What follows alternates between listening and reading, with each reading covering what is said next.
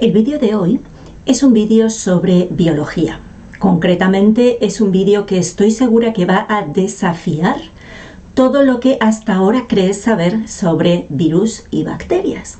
Y creo que es muy importante sacar el vídeo en este momento en el que tanto se está hablando de virus y bacterias desde un punto de vista realmente muy estrecho. Hoy voy a comentaros un artículo publicado por Máximo Sandin, desde aquí un saludo cariñoso, que se titula originariamente La guerra contra bacterias y virus, una lucha autodestructiva. Es un artículo realmente fascinante. Si tenéis la oportunidad de leerlo entero, os lo recomiendo tremendamente. Yo os voy a comentar gran parte del artículo. Me he saltado una pequeña parte que me parece que pues lo iba a hacer más denso, y mi propósito es daros una información que sea altamente científica y altamente también digerible. Es importante matizar que lo que estoy haciendo es interpretar las palabras de otra persona y aplicarle todo lo que yo he aprendido en mi manera de entender lo que este artículo está diciendo.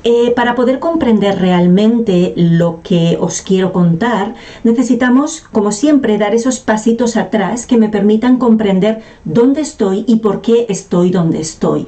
Por qué la ciencia biológica, las ciencias biológicas, el estudio de la vida, están enfocadas de la manera que lo están. Los que me conocéis ya sabéis que en muchos vídeos he compartido esa idea de cómo la ciencia, especialmente la física, va generando una visión, va generando una manera de comprender la vida, una manera de comprender la realidad. La ciencia lo que hace es proponer modelos, pero esos modelos nos hacen percibir la realidad de una determinada manera, nos hacen crear un paradigma. Y hoy en día, también sabéis, porque lo he comentado muchas veces, pues desgraciadamente la ciencia está llena de dogmas también, está llena de creencias. La ciencia no tiene nada que ver con las creencias, absolutamente nada. La ciencia postula modelos, postula teorías que luego decimos las validamos o no las validamos. Validamos esa hipótesis o la refutamos en función de los resultados que vamos obteniendo, pero en ningún caso genera dogmas. Desgraciadamente, como decía, hoy en día estamos viendo cómo si desafías según qué teorías, si dices algo que no está alineado con el pensamiento mayoritario de la ciencia, pues corres el riesgo de ser considerado hereje, incluso de ser decapitado profesionalmente. Y no estoy exagerando en absoluto. Ya os iré contando en otros vídeos más cosas realmente interesantes. Lo que he comentado muchas veces en la charla, nuestra cosmovisión actual, ¿cuál es? Nuestra cosmovisión actual es heredera de una manera de entender el mundo que viene regido por lo que yo llamo un paradigma que es mecanicista y darwiniano. Hay tres ideas que son determinantes. La primera idea es la de divide y vencerás. Es decir, si tú quieres conocer la realidad, la vas dividiendo en partes cada vez más chiquititas y al final podrás comprender. Pues eso, que si quieres saber cómo sabe un pastel de zanahoria, pues come un poco de harina, come un poco de zanahoria, come un poco de huevo, un poco de azúcar, mete la mano en el horno y ya está. Ya sabes cómo sabe un pastel de zanahoria. Ah, ¿que no? Pues es que en el resto tampoco. No por mucho que nos dediquemos a centrifugar cultivos de bacterias y a separar las proteínas por su peso molecular, no por eso estamos más cerca de comprender lo que es la vida. En absoluto. Porque la vida es un todo y no se va a comprender a base de dividir en partes. Bien, el primer punto es divide y vencerás. El segundo punto es, en la evolución, el que sobrevive es el más apto. El más apto significa, en este contexto, el más fuerte. Por tanto, esto se trata de una lucha. Somos como robots biológicos que estamos luchando para ver quién es el más fuerte, porque ese es el que va a sobrevivir. Y además, tercer punto, hay un concepto básico que es que los recursos son escasos. Si son escasos significa que no hay para todos. O hay para ti o hay para mí, pero no va a haber para los dos. O es para tu familia o es para la mía, pero no para todos. Entonces, ¿qué significa eso? Hombre, eso genera de forma automática un sentimiento de competencia, y según este paradigma, la competencia es algo natural, es algo innato, es algo intrínseco y además es bueno, según este paradigma. Entonces tenemos esas tres ideas principales. La primera, podemos conocer la realidad si la dividimos en partes suficientemente pequeñas.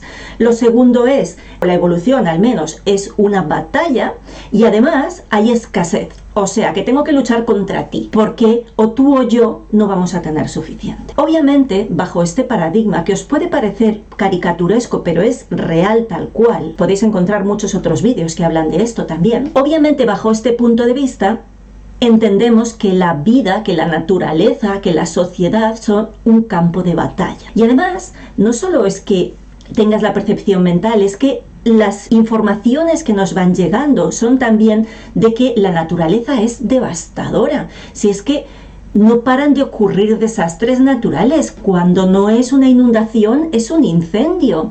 Y cuando no, es una epidemia. Es que hay tantos enemigos ahí fuera que vivir es realmente, vamos, es casi como una lotería.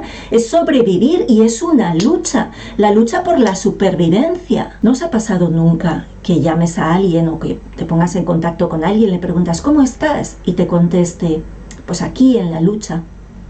O que leas un titular de un diario que te dice perdió la batalla contra tal enfermedad, porque consideramos que la vida y las enfermedades son batallas que ganamos o que perdemos. Hay otro punto muy importante en esta cosmovisión, y es que prácticamente todo es mercantilizable y mercantilizado, incluida tu propia salud, la cual es un gran objeto de negocio, y muchas veces este objeto de negocio va en contra de nuestra propia salud. Voy a poner un ejemplo sencillo, archiconocido y irrefutable, que es el hecho de dar antibióticos o tomar antibióticos al primer síntoma, dar antibióticos a los animales para que engorden, tanto al ganado como a los peces, es decir, un uso totalmente indiscriminado y a menudo podríamos llamarle distorsionado, si no perverso, de un medicamento como es el antibiótico. ¿Cuál es el resultado de eso? El resultado es que las bacterias se han vuelto resistentes y esas medicinas que están diseñadas para matarlas ya no las matan. Obviamente eso va en perjuicio de tu salud. Obviamente en este paradigma en el que la vida es una lucha, ellas, las bacterias, son las malas, son el enemigo a batir. Son ese enemigo invisible contra el que tenemos que luchar todo el tiempo. ¿Y por qué pensamos que las bacterias son el enemigo a batir? Bueno, pues si miramos cómo se descubrieron las bacterias o en qué contexto, tiene cierto sentido. Porque las bacterias se descubrieron en su versión patógena, es decir, las bacterias y los virus no existían en nuestra cosmovisión hasta que algunos científicos empezaron a observar que había microorganismos simultáneamente en ciertos procesos que consideramos enfermedades. Y en ciencia, una de las cosas que nos ocurre muy a menudo es que confundimos las observaciones con las causas, es decir, confundimos que haya dos hechos simultáneos con que uno sea la causa de otra. Además de este paradigma en el que todo es una lucha, y además, y esto ya es cosecha mía, lo cómodo que es echar los balones fuera, echarle la culpa a lo de fuera, pues lo teníamos servido. Tenemos unos microorganismos que los vemos en el lugar del delito y que podemos asociarlos como tú eres el culpable, tú eres el malo, porque tú eres un enemigo al cual yo tengo que batir, porque la vida es una batalla. Y aquí o tú o yo, no hay más. Entonces de ahí se pasó a la idea de que todos los microbios son malos, porque estamos en una sociedad que vive todo el tiempo en la lucha. Y así nos va. Y hoy quiero contarte cosas que van a desafiar todo lo que crees saber sobre las bacterias y los virus. Quiero contarte ciencia publicada, ciencia escrita, si bien yo la llamo ciencia minoritaria. ¿Por qué? porque todavía no forma parte del conocimiento global. Pero vamos a comprender por qué casi todo lo que sabemos sobre bacterias y virus es falso. Primero, las bacterias existen desde que existe la vida. Mejor dicho, las bacterias han sido fundamentales para que la vida apareciera en la Tierra. Son las que han creado el aire que respiramos. Son las que han permitido que el nitrógeno se fije en el suelo para que crezcan las plantas. Es más, te voy a dar un dato que no sé si lo sabes. Todos los seres vivos están formados por la fusión de diferentes tipos de bacterias. ¿Qué? ¿Que todos los seres vivos qué? Sí, todos los seres vivos están formados por la fusión de diferentes tipos de bacterias. Ya lo sé, esto no es nada fácil de tragar, no es nada fácil de digerir, así que os voy a seguir dando datos.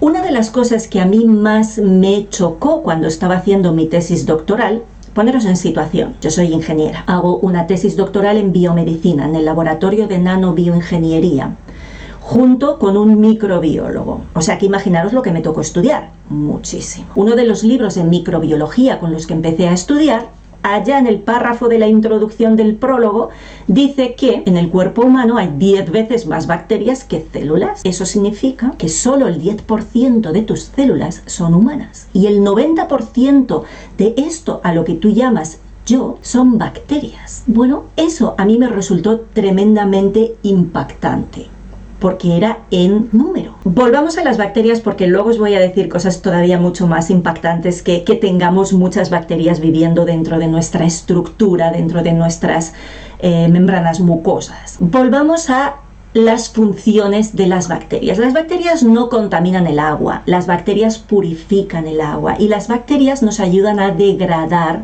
las sustancias tóxicas, reciclan productos de desecho, reponen el dióxido de carbono en la atmósfera, hacen que las plantas tengan disponible el nitrógeno en el suelo, el nitrógeno de la atmósfera.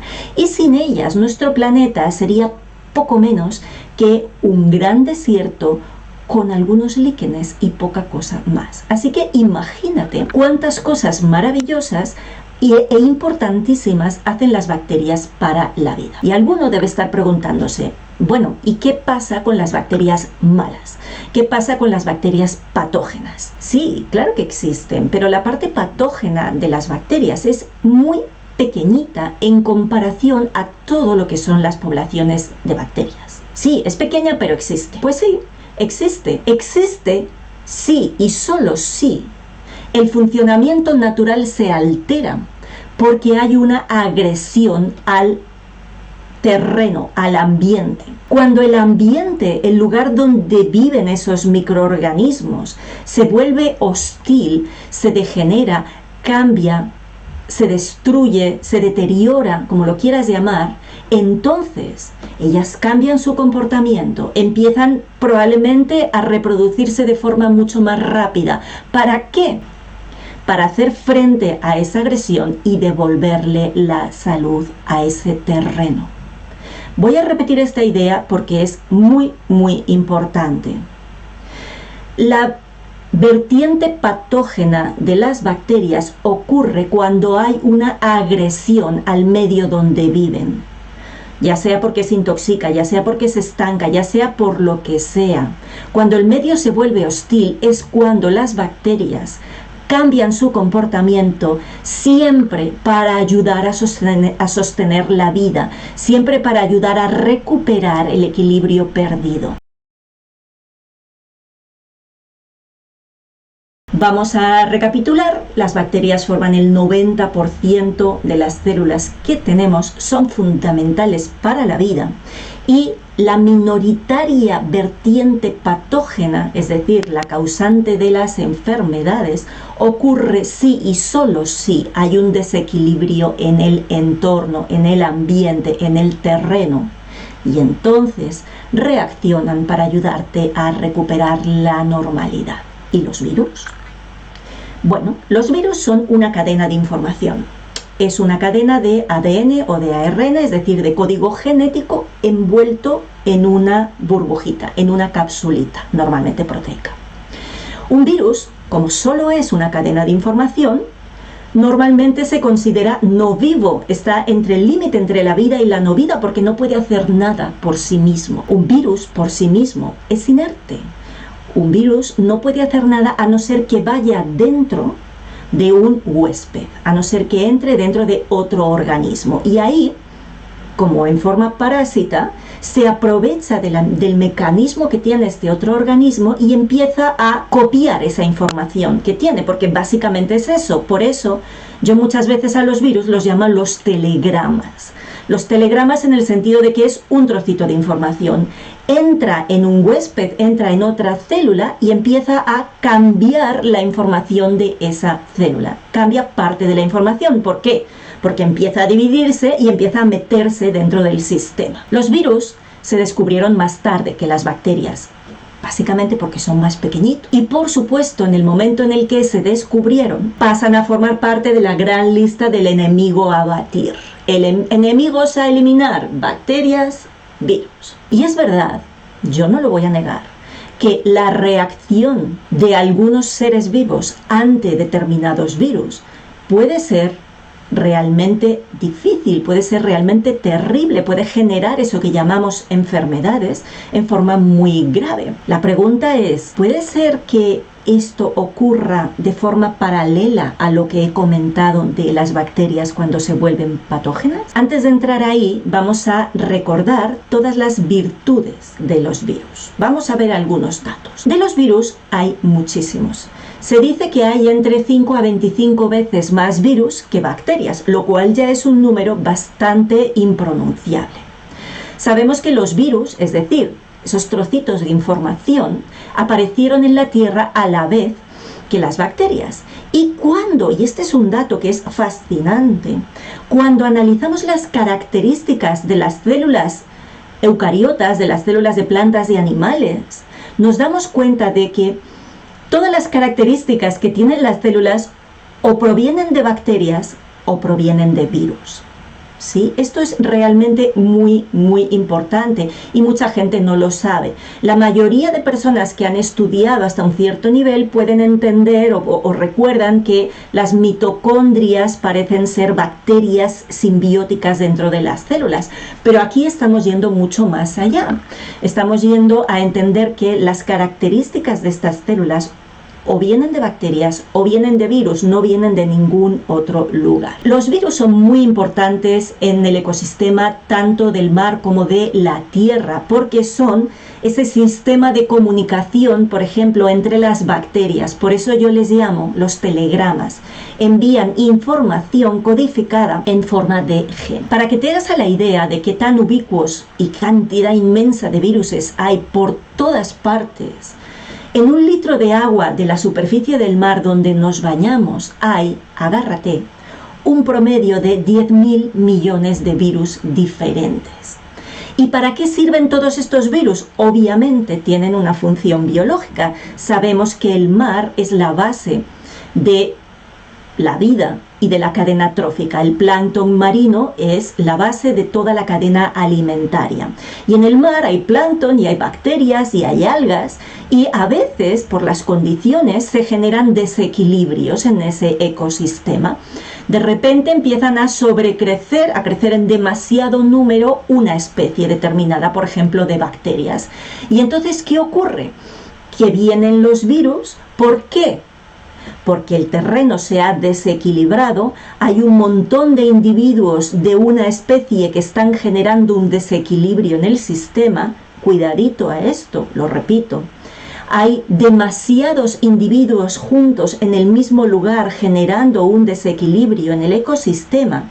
Y vienen los virus ¿a qué? A hacer que todo vuelva al equilibrio. ¿Y cómo lo hacen? Pues obviamente matando a aquellas bacterias que han sobrecrecido y que están impidiendo el equilibrio, porque de eso se trata la vida, de encontrar el equilibrio para todos. Estos virus se encargan de que todo esté equilibrado. Desintegran bacterias y algas que puedan estar en exceso, eso genera nutrientes para el agua, para el resto de seres vivos. Y alguien se puede preguntar, ¿y quién controla a los virus? ¿Quién los mantiene a raya? El sol. Los rayos ultravioletas del sol deterioran los virus y entonces todo se mantiene en un perfecto equilibrio. Voy a repetir una vez más esa frasecita porque quizás a alguno le hace conectar con otras informaciones. En el mar, cuando hay un desequilibrio porque en un determinado lugar hay demasiados individuos en una población demasiado juntos generando un desequilibrio en el entorno,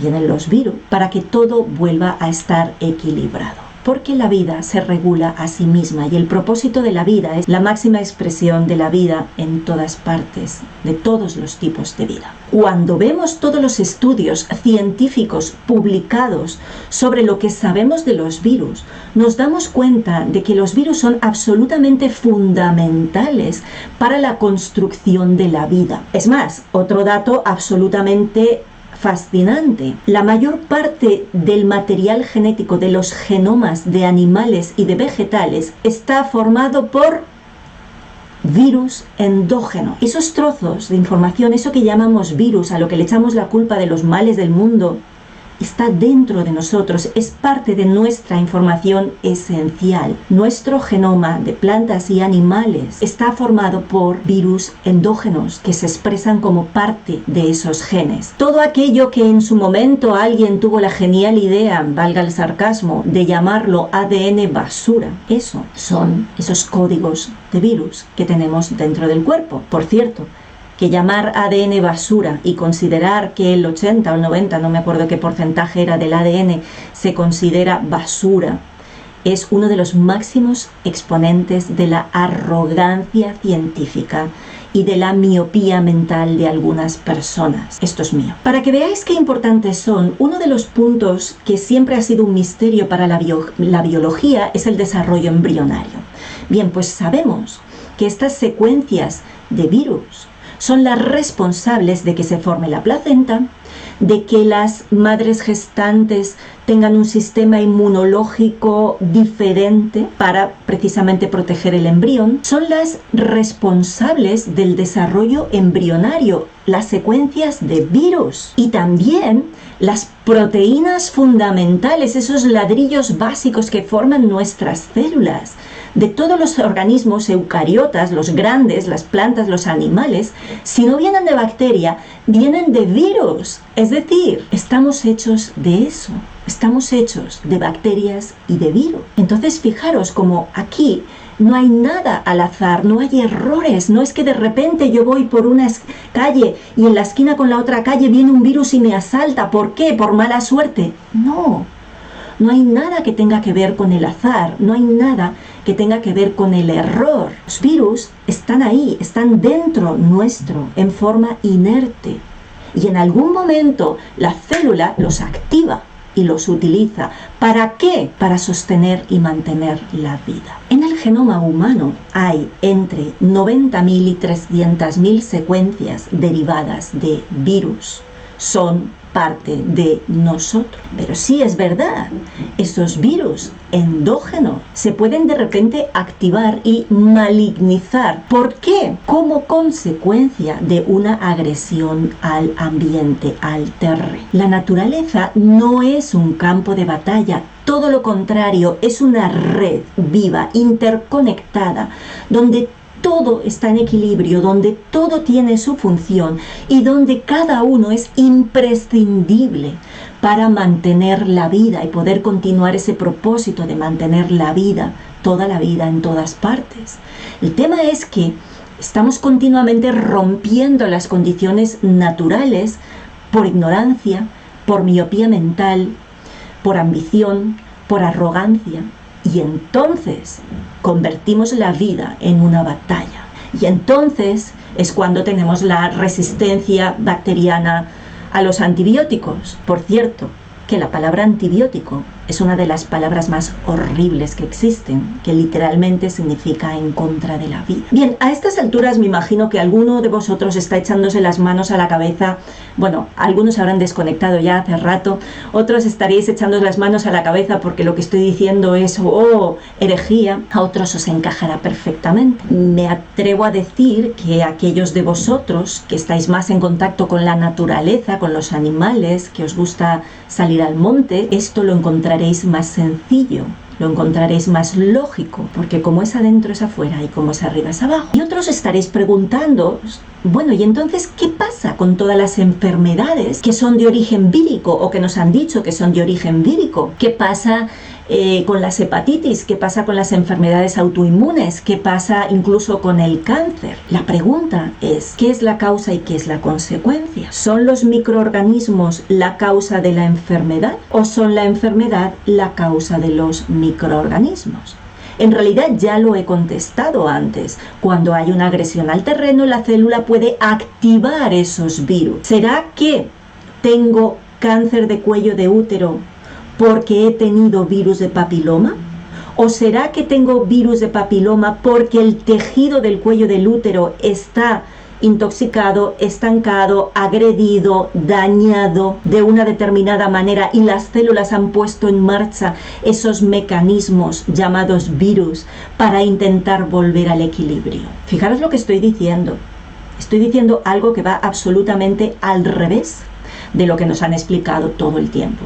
Y utilizo la expresión al revés, que no en contra, porque no quiero ir en contra de nadie, simplemente quiero aportar un punto de vista diferente, que no es solo mío, que es de muchas personas que han hecho gran trabajo de investigación. Y que yo no estoy diciendo que todos los virus son buenos y que aquí todo es un mundo de airy fairy y de happy flowers. Yo no estoy diciendo que no haya patógenos, solo estoy diciendo que la parte patógena de los microorganismos es muy pequeña en comparación a todos los necesarios que son, y estoy diciendo que esa parte patógena solo se produce cuando hay una agresión al terreno. Entonces mi recomendación es, dejemos de estar mirando a los patógenos, dejemos de estar echándole la culpa de todos los males del mundo y considerarlos enemigos a los que hay que batir al precio que sea, y empecemos a mirar el terreno, empecemos a mirar el ambiente, empecemos a mirar ese ecosistema que está dañado, agredido, desequilibrado, porque si conseguimos equilibrar el sistema, la naturaleza se equilibra a sí misma.